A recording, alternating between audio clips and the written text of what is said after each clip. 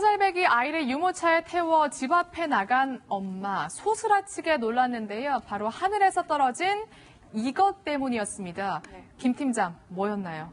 바로 담뱃불이었습니다. 담뱃불이요? 네, 사실 아파트 단지 내에서 하늘에서 담뱃불이 떨어졌다면 이것 또한 참 놀라지 않을 수 없는데 그제 오전 경기 오산의 한 아파트에서 그러니까 어린이집을 가던 특히 아파트 공동 현관문을 막 나서는 3살배기 아이 어깨 위로 담뱃불이 떨어진 겁니다. 누가 담배꽁초를 위해서 던진 건데요. 아이는 이 담뱃불에 어깨를 2도 화상을 입어서 지금 현재 병원에서 치료 중입니다. 아이가 소스라치게 놀라는 비명소리를 듣고 엄마가 그 유모차 안을 봤더니 아이 어깨 위로 담뱃불이 놓여져 있었다는 거예요. 네. 지금 사진 보면 저렇게 아이 어깨가 빨갛게 상처가 남아있지요. 하마터면은 얼굴 위로 떨어졌으면은 평생 흉을 안고 살았어야 했을 텐데 그나마 어깨여서 어떻게 보면은 다행인가 또 이런 생각까지 드는데요. 네. 그래서 엄마가 바로 위로 누가 버렸는지 바로 위로 쳐다봤지만 범인을 특정할 수는 없었다고 합니다. 그렇군요. 저거 흉질 것 같은데 저 아이 몸에 어쩌나 이런 생각이 듭니다. 어쨌든 누가 던졌을 거 아니에요. 아버지가 바로 비명도 질렀다고 하는데 혹시 사과를 못 받았겠죠? 그러면 범인을 특정하지 못했으니까요.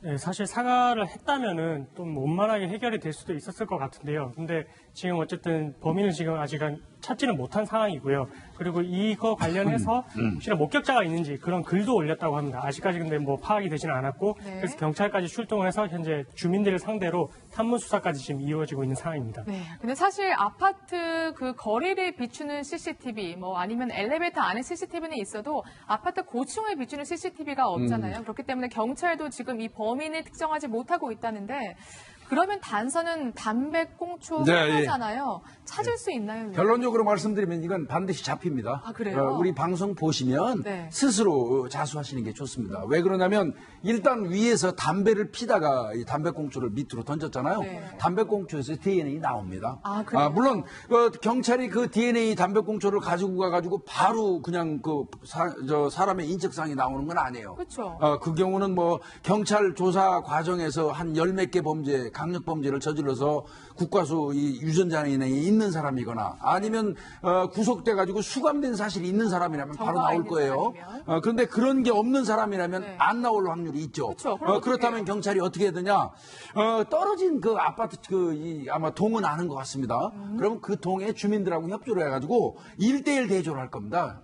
DNA 대조. 물론 그 과정에서 또 안 나올 수 있어요. 왜 그러냐면 놀러 온 사람이 있을 수도 있죠, 아파트에. 그렇죠. 그러나 놀러 온 사람도 걸릴 수밖에 없어요. 현관에 출입한 그 CCTV가 있기 때문에 그 사람 인적사항도 드러납니다. 결국은 이거는 시간의 문제지 그 검거가 되는 건 명백하거든요. 그러니까 우리 그 사건 상황실 보시면 빨리 그 본인 스스로 나서서 사과도 하고 자수하는 게 좋겠습니다. 네.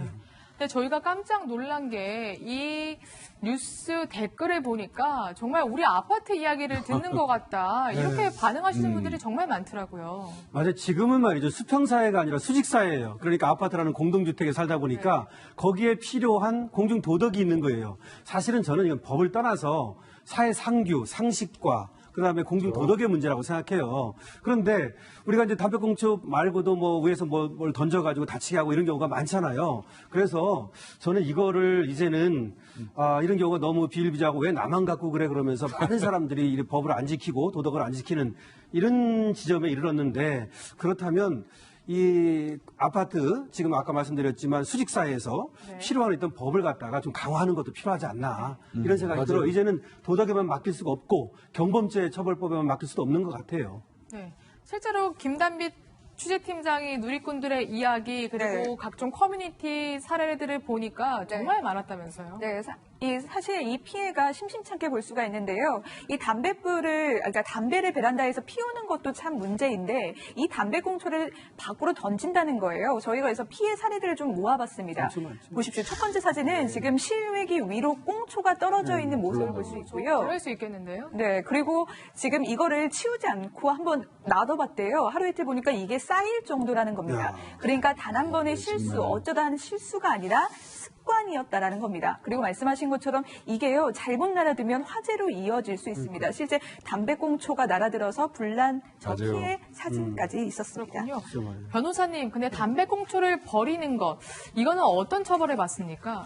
사실 뭐 네. 담배꽁초를 버린다는 것만으로 처벌을 하기 좀 쉽지가 않은데, 근데 어쨌든 이걸로 인해서 이제 불까지 만약에 이제 번지게 맞다. 되면 네. 형법 제 170조의 실화죄가 적용이 될 수가 있습니다. 예, 그렇게 되면 1,500만 원 이하의 벌금이 이제 적용될 수 있고요. 네. 그리고 혹시나 이제 만약에 사람에 대해서 인사상 이제 사고까지 발생하게 이번에 되면 아기가 화상을 입었잖아요. 네, 그럴 경우에는 일단은 과실치상죄는 적용이 될 것 같고, 네. 어쨌든 뭐 그걸 혹시나 이제 실화와 관련해서 이제 문제가 된다면 또 더 결과적 가중범으로 처벌될 수도 있을 것 같습니다.